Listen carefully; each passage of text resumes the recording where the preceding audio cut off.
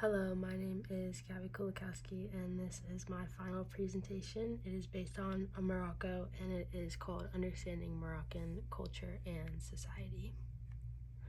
So to start off with the cultural practices of Morocco, the business culture in Morocco is a blend of Arab, French, and Islamic influences. This just comes from the history of Morocco and what settlements have been there and who's been there and whatnot.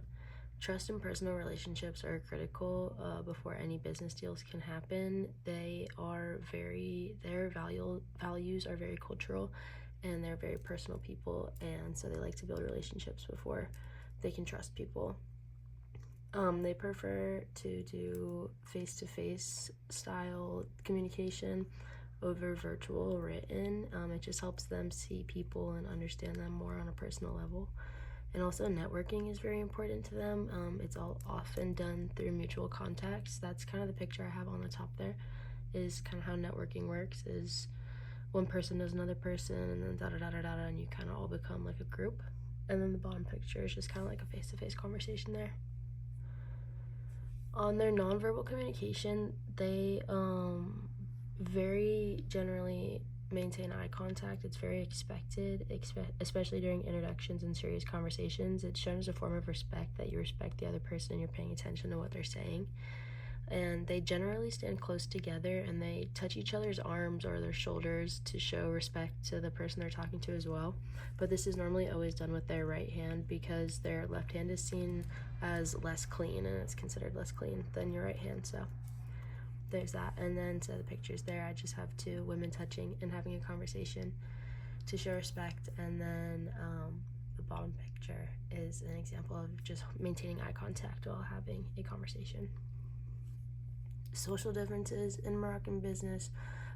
So Morocco is a very collectivist society, meaning they're very, very loyal to their family and community. That's who they respect the most. And they also believe that group gain should come before individual gain. So they put themselves behind others, and they really care for their community and the groups of people that they're in enough to put them before themselves. And the Moroccan society is also hierarchical, so meaning like titles, age, and seniority matter, and the most like senior person is set to be like supposed to be the most respected and is always put first in situations. So kind of on the top picture I have, there's a picture of like an older man, and he's kind of being taken more seriously in that picture to show like respect to him from the younger people. And then also Islam influences a lot of aspects in the Moroccan business life. Daily prayer can affect like meeting times, so especially if they're in collaboration with foreign business partners, it's normally respectful for the business partners to be aware and accommodating of these times. So that bottom picture is just a little schedule of their prayer times, at what times and whatnot.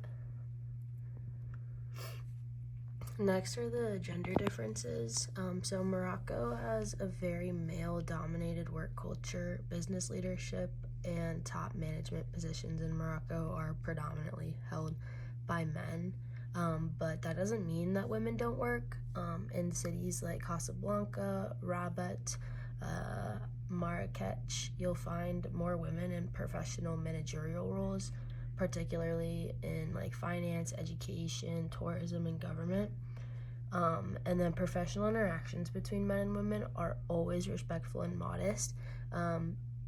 Business partners of the opposite gender are not really supposed to touch each other. That's not really seen as respectful. That's kind of weird in their society. That's mainly just for like same gender, but they obviously keep it respectful with eye contact and whatnot. But yeah, it's a little different. Religious differences. There's not that many religious differences in Morocco because 99% of Moroccans are Muslim, mostly Sunni. So there's a very, very mutual respect for the Islamic customs. Even for foreign business people, it's just kind of known that Morocco is consists mainly of Muslims. But practicing Muslims will also pray about 5 times a day. And not all employees stop work for each prayer, but most do. So accommodations are normally always made, especially for the most important prayer, Jumu'ah, which is their Friday midday prayer. And picture on the bottom right there, I have a picture of Sunni people praying for the Friday prayer, and then the picture on top is just Sunni people gathered to pray as well. So for legal and ethical differences, Morocco operates under a hybrid legal system. As I said before, how their culture is a mix of a few different countries. It also impacts their legal system. So they kind of have a French civil law model due to colonial history.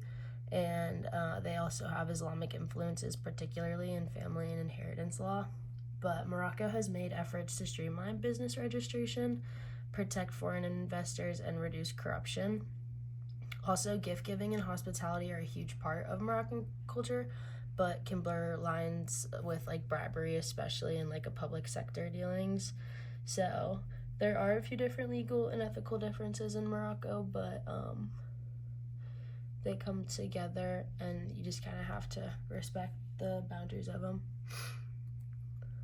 For economic stability, Morocco's economic stability is generally viewed as moderate to strong within the North African region, but it faces structural challenges and promising growth opportunities.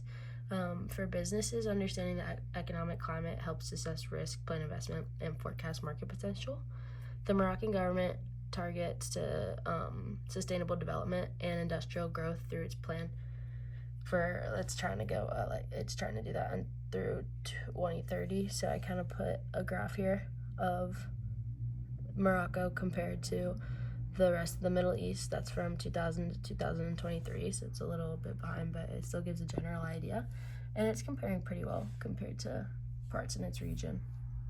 And then a picture up top, I kind of just put a picture of I think it was a gathering.